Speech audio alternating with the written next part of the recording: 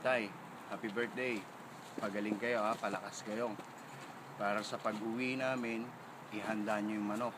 Sasali tayo sa derby. Hindi, joke lang. Pero mas maganda yung kalusugan nyo.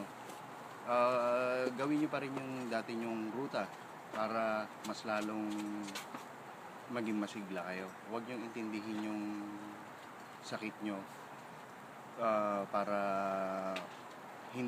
kumbaga hindi kailangang alagaan ang sakit. Basta yung gamot nyo, lagi nyong iinumin. Kami dito nila Gian, inaantay lang namin yung green card namin. Kaming 3 uuwi. Para sa ganon, magkasama-sama tayo. Magpasensyahan nyo na, ganito talaga yung buhay. Kailangan ko talaga silang kunin mag-ina. Kailangan namin magsama-sama rito.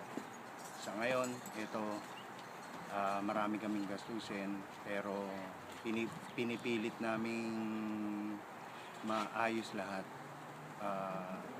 Sana po palakas kayo dyan. Happy birthday po ulit. Magkikita-kita po kami tayo dyan. Sige yan po.